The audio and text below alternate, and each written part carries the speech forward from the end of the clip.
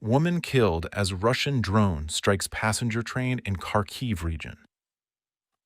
A Russian drone struck an electric passenger train in Ukraine's Kharkiv region on Sunday, August 23, 2026, killing one passenger and injuring four others, Ukraine's Minister of Recovery, Infrastructure, and Transport, Mykola Kalashnyk, reported.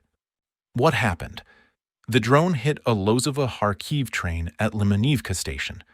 Anticipating the strike, railway staff had already stopped the train and evacuated passengers. Most, along with the crew, reached a safe distance from the railway infrastructure. However, some passengers stayed near the train and were caught in the strike. Kalashnyk urged passengers to strictly follow railway staff instructions during evacuations and never linger near stopped trains, warning that Russian forces often carry out follow-up double-tap strikes on the same location, which is exactly what happened here. A second drone targeted the site during the rescue operation, though no one was hurt in that follow-up strike. A second incident the same day. Russian forces also struck a locomotive on a different train in the Odesa region using a jet-powered Shahed-type drone. That train too had been stopped in advance.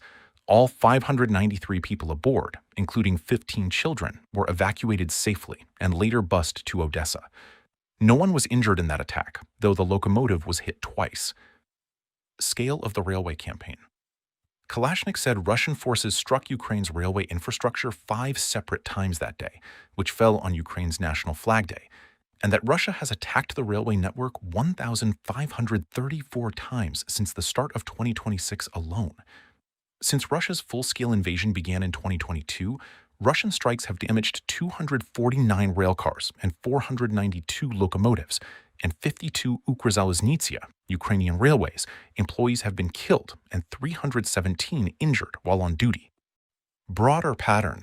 This is part of a sustained Russian campaign against Ukraine's rail network that intensified from mid-2025 onward, hitting both freight lines critical to military logistics and civilian passenger trains.